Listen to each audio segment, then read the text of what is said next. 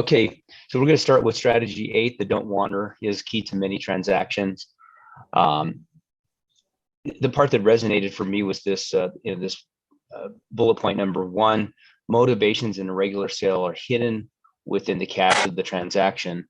And so, doing up to this point for me personally, more on the residential side, cash transactions are typically just cash transactions, and there's not a lot of counseling, although there's always an opportunity to do more counseling to figure out, a lot of times with buyers on that front. But I think, really the key here was really understanding the motivation so you can figure out, how to move forward. The key thing is trying to work with people that have a high level of motivation, a high level of being a don't wanter. He talked about motivation could be either on the front end of exchange, what they are receiving, or on the back end. And yesterday we got together and sort of did a drawing like this, just to sort of summarize what this strategy was. Can everybody see, I guess, a JPEG? Yes. So motivation is hidden within the transaction. If you take the cash out, motivation becomes clear, right? So I even think, even just when you're working with clients that where it seems like it's a normal just cash transaction deal, thinking about it, if there wasn't cash, how would you counsel this person? I think you'd probably find out some more stuff. Noting that on the front side, what they are looking for. So the front side motivation, what they're looking for. On the back side, what are they looking to get out of? And really wanting to work with the don't wanters that are a level 8 or higher.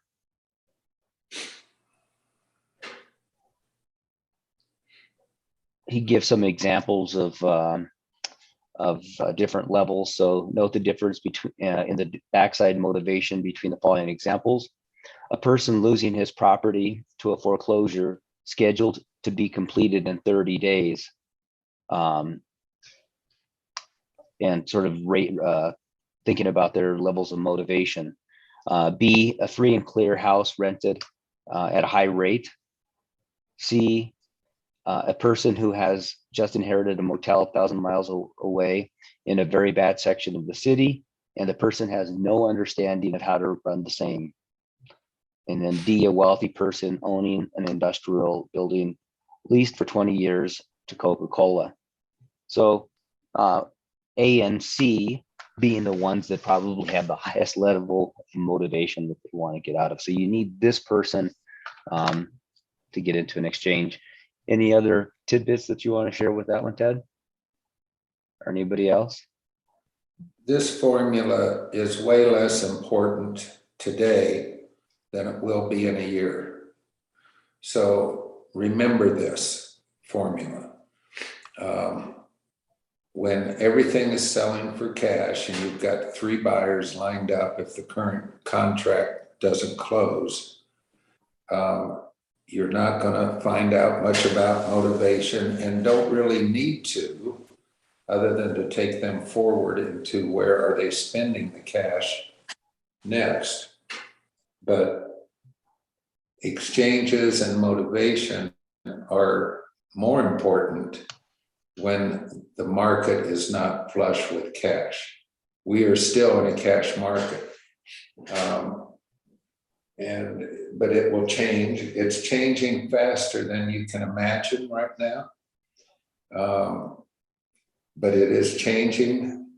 So just think about some of this stuff a year from now, 6 months from now, when you have a listing and people aren't lined up to take it. Okay. I like that. Anyone else have any thing to share on this one? So this was strategy 8, the don't wanter is key to many transactions. Let's go on to strategy 9. Hey, sorry.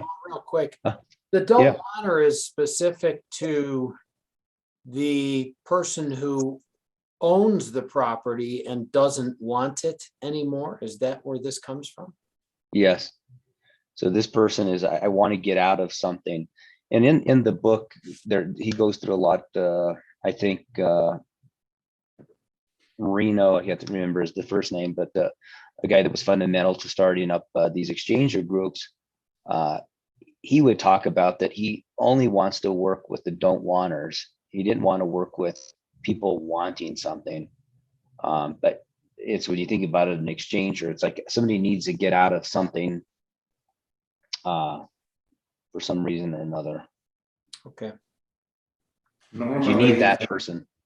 yeah, normally in a simultaneous exchange of two properties, one property is more of a wanter and the other property is more of a don't wanter.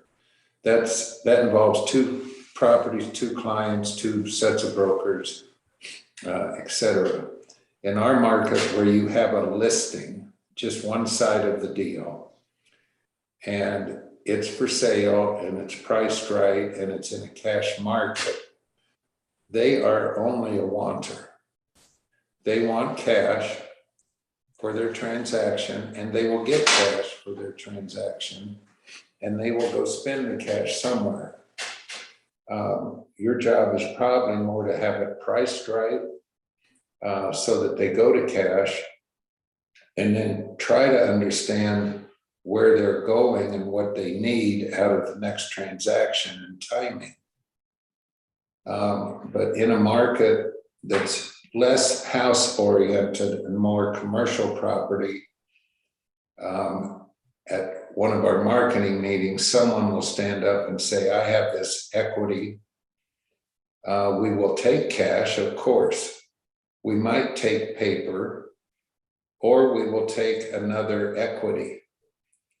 That's when you start finding out motivation and who's the don't wanter, the person offering out or the person offering in, saying, well, I'd rather have that than what I own because I'm a don't wanter for what I own. So you'll see that formula way more in the exchange than the list and sell residential market. Okay. Great, thanks. So the next one, strategy 9, multiple exchanges. 30 to 40 years ago, multiple exchangers were used more often than they are today, as new strategies and formulas have developed whereby transactions can be closed in two-way deals. However, I'm still of the opinion that the easiest exchange to make in real estate or business is to start with multiple exchanges. I'll read through the situation first, and then I have a drawing of it. So situation, property, it's very easy to find the first leg of a multiple exchange. All you need for one person to say is, I'll take that property in exchange for my property. It's easy to find the first step. However, you need to know that the overall exchange aspects and prognosis are improved by this move. It's going to be easy to find a fit with this new property and the owner who is still searching. Or is it going to be easier to find a fit with the new property and the owner who is still searching? Owner or client in lieu of. In the second step, you have a hypothetical owner of a property that is in lieu of. Everything should be improved with this step, or you should not be in multiple exchanges. By this, I mean that the hypothetical owner of the property should bring more motivation, flexibility, or other assets to the table in making the hope for exchange easier. If it would make the exchange more difficult, do not enter the first step. Other principals or brokers is critical. You get the multiple exchange started with others who carry and share the load. If they are clients, they must be well counseled. So if we captured this one correctly, we sort of drew it like this. So exchange starts with an I'll take in exchange for, and I think maybe I jumped onto the, let's see. Okay, so then he gives you an example of these two people. And so that visual looked like this. And we put these as a don't wanter. He had a person with a commercial building. It was a nice commercial building. It was fully rented. There was a little bit amount of equity, and there was a large note that was coming due. There was another guy, and we called this person the value add person. And I think this is where Bob was talking about in the second step. You need to have that person. He owns several. He or she owns several rentals. Cash flow is positive. Can add cash. Looking for land to develop. So you have to have the don't wanter. You have to have the value add person. But in order for, if I understand it correctly, this value add person, he's going to make a decision when sort of that third leg comes into the mix.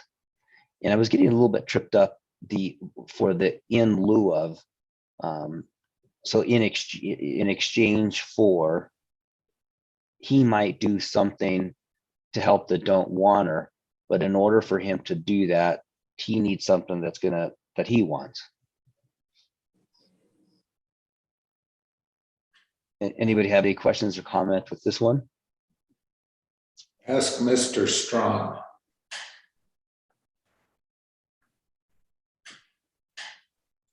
Is he speaking? I have done multiple leg exchanges, but not recently. And this is, again, is something that you should keep in mind when the market changes. And there are people who are now in big don't wanter positions because of probably the price they have paid for it and the debt they have on it. And then we try to find a way for them to trade down and out to get out of that uncomfortable position of having more debt than they want to have. This one is a good one. I've used it in the past, but I don't see it as very useful right at the moment because of the cash in the market. Does the don't wanter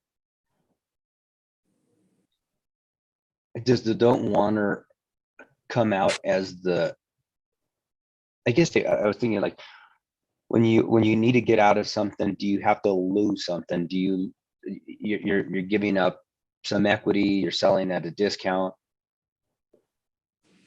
I know that's a generalization, but That's another probability is they're taking something that they normally wouldn't take because it's not the property that they want, but it has the benefits that they want.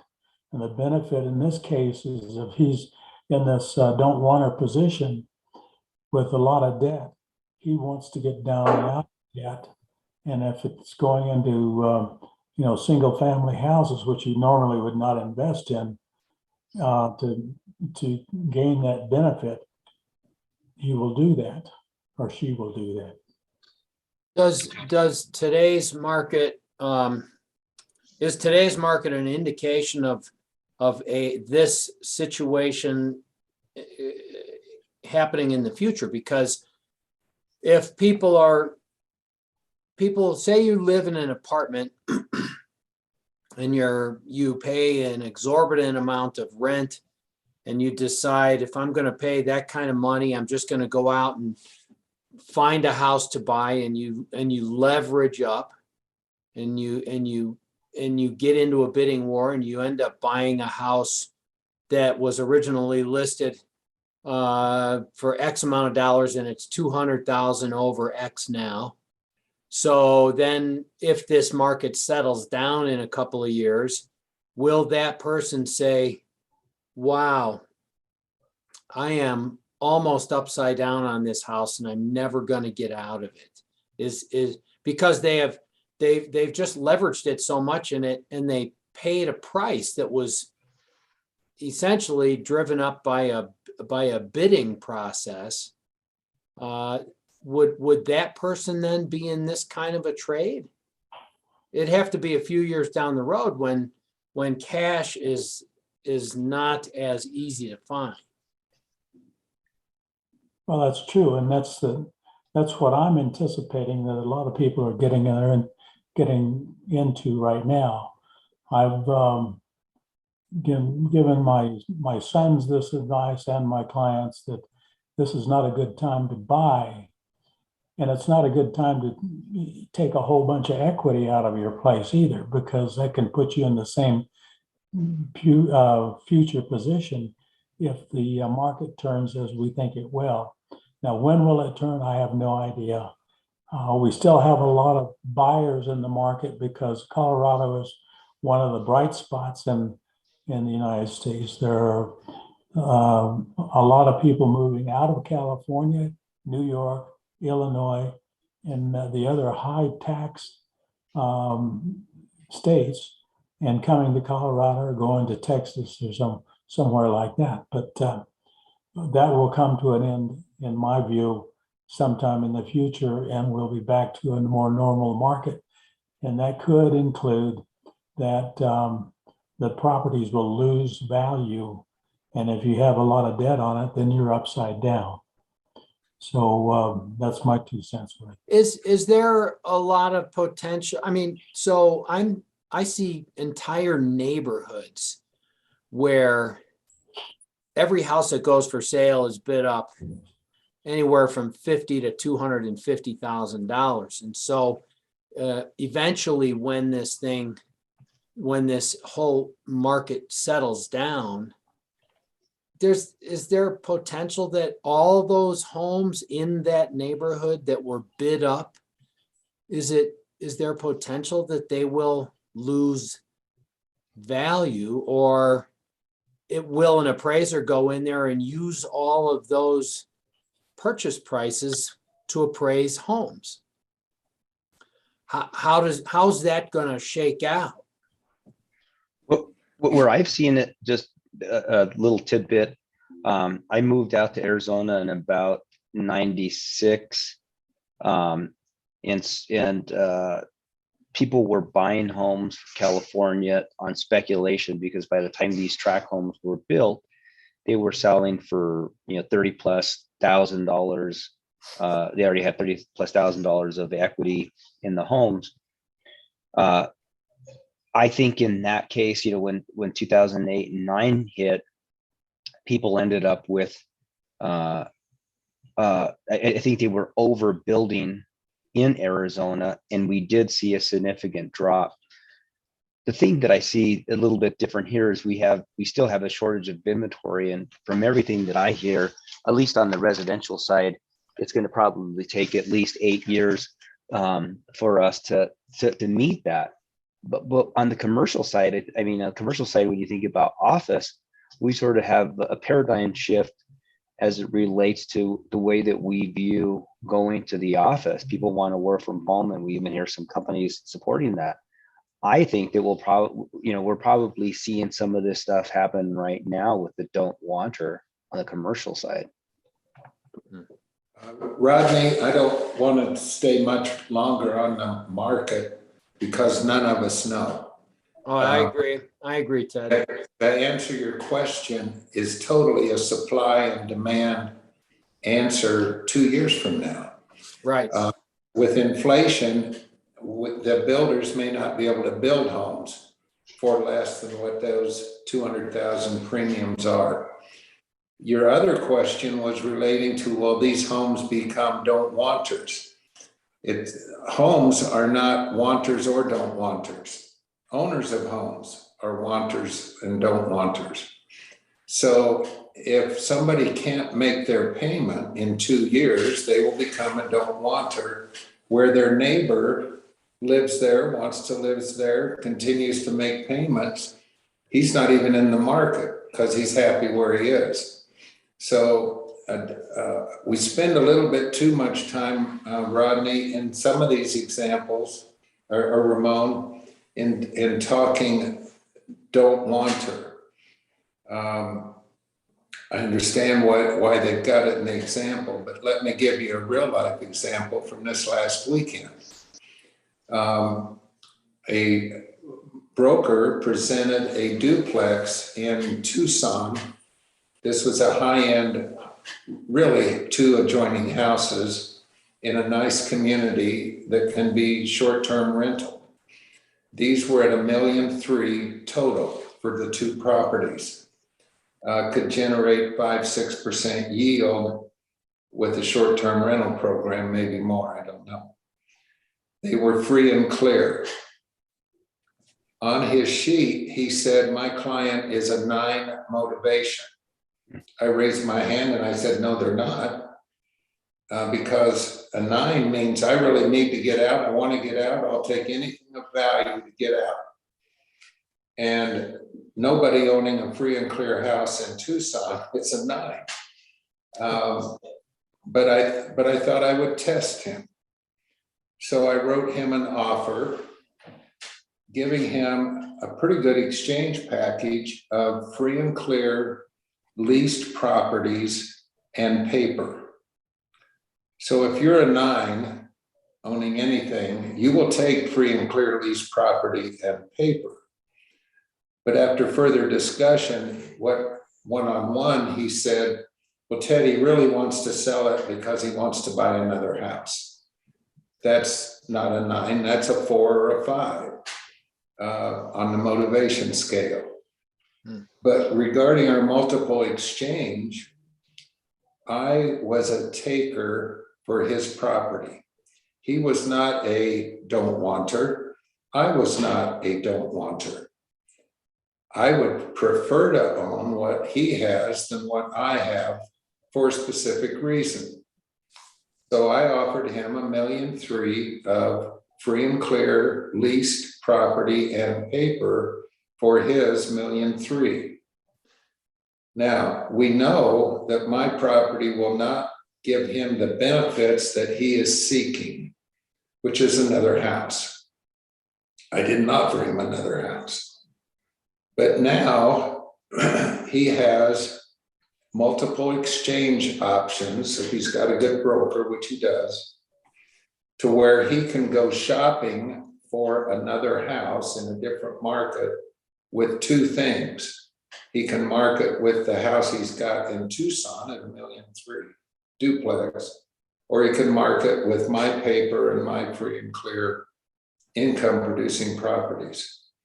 That's how you start to put together a multiple exchange. So neither one of us are don't wanters, just one of us is a taker, the other is not a taker.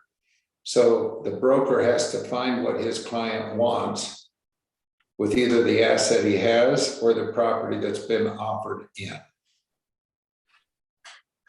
The end. Okay. And I think one of the other examples that we go through is going to gives a better idea of that. Let me close this one out.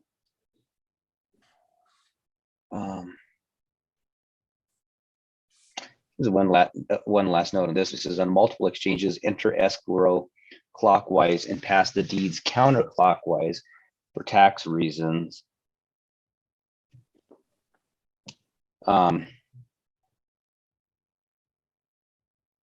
So I guess, is that pretty much just saying that you go in the order that the transaction would happen, you enter in clockwise, but then, I don't know, maybe there's a better example of this one. Yeah, it doesn't make any difference if you go clockwise or counterclockwise. It's just a circle. It's a circle. Okay. So I'll take yours. You don't want mine. So you go find something you want using mine. And they don't want yours. And you go offer what was offered in to the next one. And you keep going until somebody says, yes, I'll close on that last. A multi-leg is a series of two-way exchanges, of two-legged exchanges. So you just keep going one until you close the loop. Clockwise or counterclockwise doesn't make a difference. Okay. I think, and the next, I think, is a smaller example. So the unbuilt building strategy, this can work on anything where you dream the dream and then create the item. So we'll call this Abel instead of a Bell, but Abel's a developer and he has land to build on. Have the building design, have it cost or bid as the case may be, and then sell, exchange, or lease the building as though it were completed. Even though it is an unbuilt building, it can be marketed. If you are exchanging, an obvious exchange would be to exchange it for another parcel of land. Many high-rise buildings and shopping centers are developed this way, but the formula can apply to most anything, business, farms, ships, etc. When you are in a down real estate market, you can use this formula by going through the middle step. Say you are developing a small apartment complex, the credit market is difficult and you can't get enough of the loan to build the building. Perhaps you use the unbuilt formula and exchange the equity into a crankable or borrowable building like a single family residence, where you get enough cash to complete the building by borrowing on the house. You need to handle the paperwork allowing this to happen.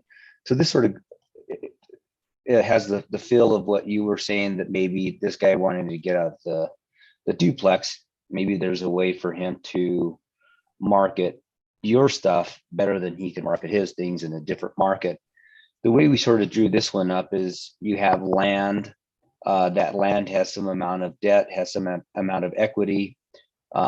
You say that the future value is worth $1 million. So after it's built, X, Y, and Z is built, it's worth $1 million. You trade that equity that's in the land for a single family residence. And then you go to the bank and you say, hey, I'd like to borrow whatever that equity amount was, so I can use that to build the improvement on the land. Or maybe the guy with the house, let's say he's got 200 equity and your finished building is $1 million with 800 debt. You both have 200 equity.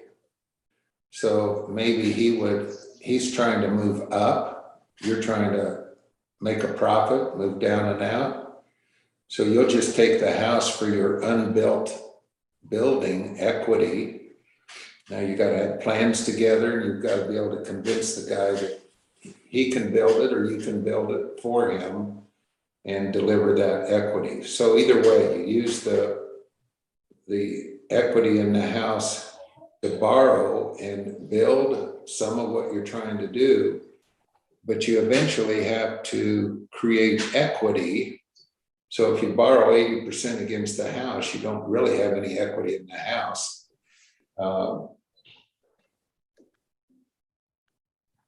Sorry, I had a call come in. You just got to keep in mind, where are we ending up?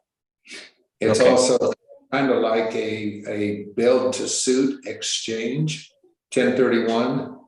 I give my money to a facilitator, and I'm going to build a building on this piece of land that's not there yet. So we're going to use the money in with the facilitator to go build a building. That's kind of the unbuilt building formula too. So this guy that has maybe this house or whatever, maybe it's a commercial building, he sells it, buys the land from me. I take, and he's able to execute his 1031 exchange, and then I take the money and build the property, maybe with an option to buy it back, or there's multiple things. It's just saying, when we have a piece of land, it's not as desirable as if we put a architectural rendering on the table and say, this is what you're getting. It's going to look like this. The rents are going to act like this. The occupancy is going to be this. The net income is going to be, it's all in the future. So it's an easier transaction to sell the future than to sell what you currently have, which is a piece of raw ground. Now, the market has to confirm that. Your expertise in what you've done in the past, like built 8 other buildings just like it, your builder, your contractor, you got to have all the pieces to make an unbuilt building work. Okay, makes sense. Joe Dunn in our group is one of the best at selling the dream. No matter what he's got, he'll show you something that it can be better. because he'll Okay. spend the time and money to do the architectural, to do the planning, the platting, to show you the dream. Here's what it's going to be, not what it is. Okay. And in the book, they mention, he talks about, it is suggested that the builder and the future owner go over all the plans with in a fine-tooth manner and make any corrections and or additions that are necessary. Initial the same, and then the plans go into escrow. Any further changes then require a change agreement and payment is required. Escrow closes after a notice of completion is filed in the building. I learned the hard way. So this doesn't necessarily have to, I guess I've never experienced this. Is he referring to that these plans would go to a title company, or is it sufficient just to have a lawyer say, hey, this is what we're agreeing to, this is what it is, any changes, we go through our prospective counsel and we make those updates, and if there's a monetary difference, then we settle up? Remember, Mr. Steele's background is California. So they are an escrow state. They do Okay. things a little different than we do. I would not put the plans in escrow because we don't use escrows. Yeah. So Okay. it's just, everybody's got to agree what that building's going to look like, what it costs, what the lease up, when I'm giving somebody equity in a free and clear improved property for their unbuilt building, I want to know what I'm getting in a year when the building's done and how much it costs to do it. Okay. You're just selling the dream. Selling the dream. All right, so we're on.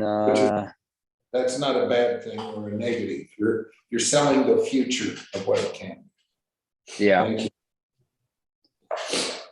All right, so here's strategy 11, share the wealth. Fresh financing in one way or another is shared by principals.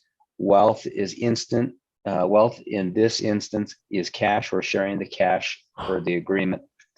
And so the way we drew this one up, this is 11, share the wealth.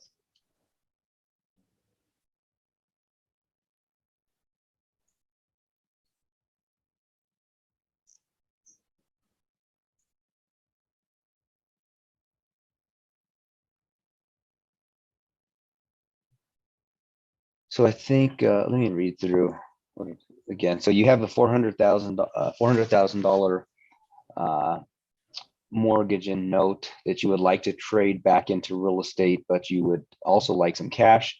The other side has a $500,000 free and clear building you would like to own, and your trust deed note would be an acceptable item.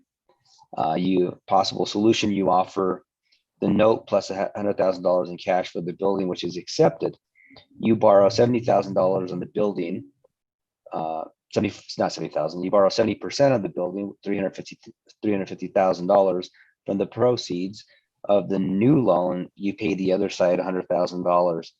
This one was really, really slick because that $100,000 that you're coming up with additional is coming after the fact, and that was pretty. We're curious about the mechanics about that. On paper, it looked something like this. You had the note for $400,000. You like this building over here for $500,000, so you're agreeing. The note plus the $500 for plus $100,000 for the building, and that could happen. So the mechanics, you borrow. So you already have the building. Somehow you're going to a bank, and or somewhere, and you're getting in order to borrow 70% of that building out on a loan, $350,000 cash out, and then you take $100,000 of that 350, and that's how you complete the sale of the building. So now you have $250,000 left out over, and then you have $150,000 in equity. In this one, the mechanics, we were curious, how are you able to borrow out on a building that you don't own yet? Homeowners do it all the time, don't they? When you offer $500,000 for a house and you only got 100,000 down, don't you borrow out? That's true. Yeah, that's true. Same thing. It's all simultaneous at closing. Okay.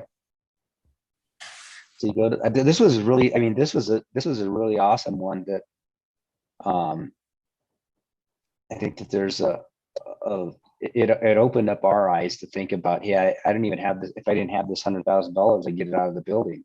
So This is not a 1031 exchange. This is just a purchase. just a purchase, yeah. No don't wanters here, no exchange here. It's just I'm a buyer and I'm going to share the cash with the building owner because he might not do the deal if I don't. And I'm going to get some cash. So I'm turning my note into equity and cash. It's a financing deal. Okay. Anybody else have any questions about this one? All right. Close that one out. And these last two were, I think, probably more about ideas, how to play a falling market when fundamentals tell you that the real estate and business market is falling. Don't listen to the talking heads or the press. Have a real estate broker tell you what she can sell it for in 30 days and list 15 to 20% below that figure. You know, this was really interesting because it, you know, it's sort of something that we're entering in. And it was also a conversation that I had with a client of mine that he sells used semi trucks. And so we were having a conversation that he said this last few weeks, the trucking market had dropped. And this was the first drop that he's seen in quite a long time.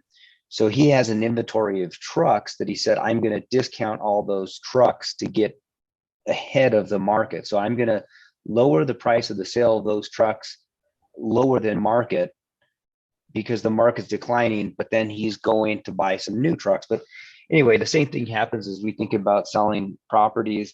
I do like his formulas here as a guide, where, you know, you're sort of looking in that 30 days, what's going to happen in that 30 days.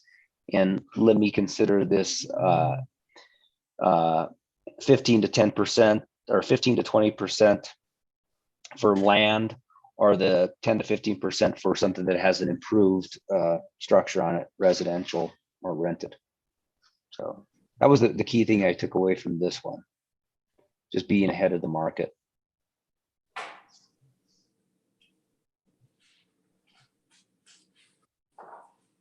Any comments here? Probably nothing to talk too much in this one. Let's go to the next one. And then this will be the last one for today, right at 10:30. Brainstorming and individual ideation. This, when I read through this section, I mean, this was a big aha, and I've seen brainstorming before, and this helped me actually after reading the book for some problems that I was trying to solve in the office, or trying to come up with some improvements. But the key thing with this brainstorming sessions that I thought was really interesting is he really talked about understanding the problem before you start working on the solution. And I think, yeah, so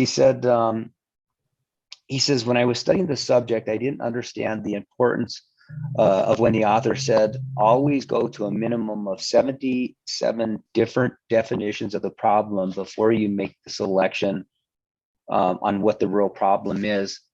You know, these are probably bigger, more complicated transactions, but I thought that was interesting. And I was curious if on any of these national exchange or meetings, or if anything that we do here locally in the Mile High, have we recently done any of these broader brainstorming sessions? You know, that's something that we haven't done enough of recently. The original idea is pretty much step number 2 is the assess the problem, define the problem, and then you open it up to the group to come up with ideas on how to solve the problem. This also involves a person called the moderator. And the moderator is the person who stands with the presenter and asks all the pertinent questions that will draw out the information that people need to know in the audience. And then with that information, we start asking for solutions.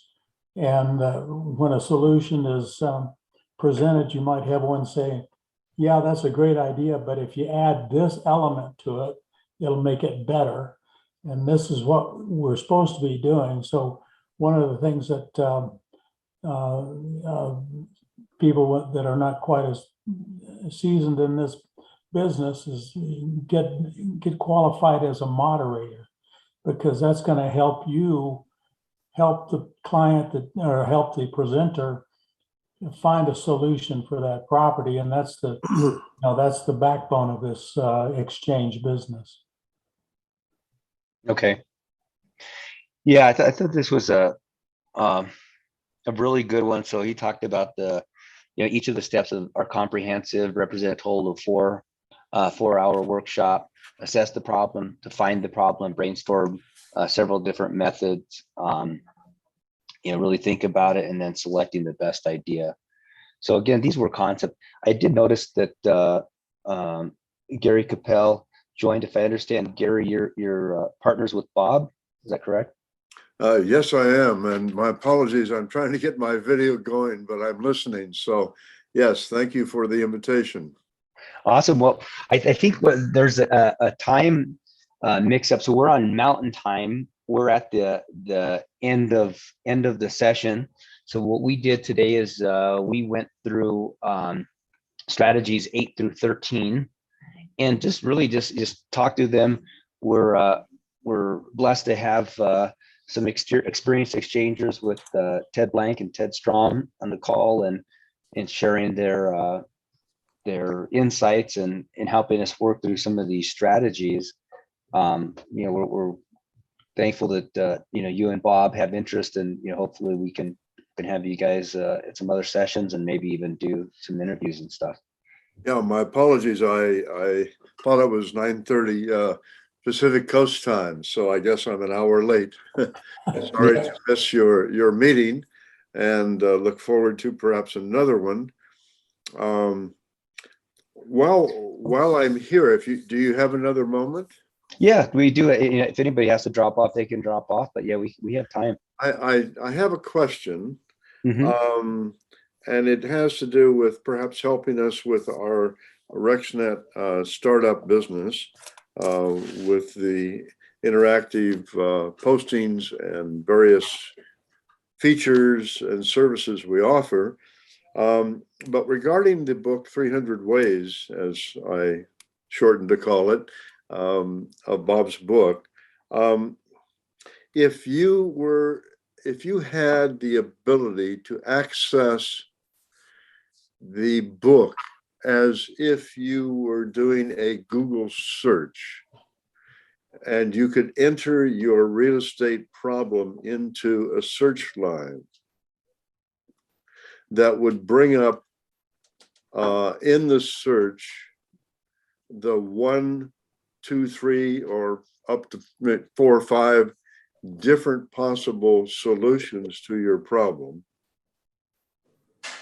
would that be of interest to you? I think it definitely would. I think it's either you go. So I feel blessed to be able to have been connected with the Exchangers group, and certainly people could probably learn these techniques the hard way, reinventing the wheel, or meeting with some seasoned brokers and learning some things. I really think that having the book helps us, newer and experienced brokers that don't have this familiarity. But I do think that in addition to having that Google, that search method, I do think that there has to be some content, videos about these strategies as sort of a marketing piece. Because I've sent out invitations to probably about 400 brokers, and haven't quite got the return right. I think this is beneficial for brokers that are out there. So I think if I could give them some kind of understanding of what the benefit is, what is this Google search? What is this content going to help you? I think that would, you need to marry both. That was my only comment. And what about your opinion? No, I think it would be great. I mean, as I look through where some of these strategies involve different strategies, and being able to find them much easier if they were all linked together, I think that would be nice. Okay, thank you. Because yeah, turn it through multiple pages. And as it relates to this class, I have to sort of read through them first and then have them in sections together, so that way we could talk about them. So, but yeah, I think it'd be a great idea. Ramon, for one of your future sessions, you're talking about brainstorming. You might have one of the people on the line, instead of going through 5 more formulas, every month or two, every couple months, have them throw out their real estate problem. This listing, it has not sold. I own this property, it is vacant. I have this loan, it's coming due.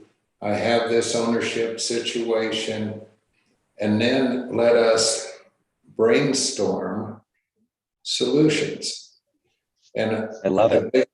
The biggest part of brainstorming you mentioned was number 2 or 3 on that list. It's defining the problem. So when you're ready to throw out your problem property, you have to be ready to bare your soul or your client's soul, because most of us don't have a problem until we start trying to solve it. Then we have a problem. So at the national meetings, NCE or SEC, there is normally a problem-solving session. And they ask for people to sign up for that who has a problem. It's hard to get people to sign up because you don't want to sit in front of 100 people and say, I'm not that sharp. I have this problem I cannot solve, or I wouldn't be here. So when you sit up front with 100 people asking you questions, it's first of all uncomfortable, but it's very informative, because when you get the problem out on the table with all those creative minds, there are 50 solutions to different parts of the problem. So is it the financing? Is it the vacancy? Is it the ownership? Is it the broker? What's the problem? Let's define it. Thank you. No, I love it. I think that would be a great marketing piece for some people to think about, having a brain trust of some other brokers that could help solve. Thanks for the idea. Well, Ramon, that's the backbone of the exchange business. And Gary, to your question, I think that's a great idea. However, I prefer the live presentation and problem solving within the group, because you'll get a lot more solutions that could fit this problem. So I think your idea is good, but I still like the live group, because I can tell you, after being involved with it for over 50 years, I still learn things in the exchange meeting, because somebody comes up with an idea I hadn't thought about. So I hope we get back to live meetings fairly soon, but we'll see. Thank you. And even marrying the two, Gary, is that maybe when these live meetings happen, where that Google tool could be used and say, let's talk about these strategies. So it creates a common understanding for everyone, and say, do these apply? Or, so you have a little bit of both. Okay, One of the comments we often get from people who visited the exchange group is that we sound like we're pretty tough on each other, but that's not really what's happening. And we're proposing ideas and thoughts on how to get things solved. And the presenter can't be too thin-skinned, because it is going to come out pretty, straightforward. And I've always liked that part of it, and I've been on the back end of that too. I remember my first presentation. There's an older gentleman that ripped me up one side and down the other, and then finally one of the other members came to my rescue. So, but you have to know what your client's abilities are. You have to know a lot about the property, which most realtors do. But the key issue is you have to understand your motivations of your client. So that's one of the benefits of that class or that group. thank you. Ramon, thanks for your leadership. I've got to scoot. Okay, yep, we're going to close it up, and we'll see you all 2 weeks from today.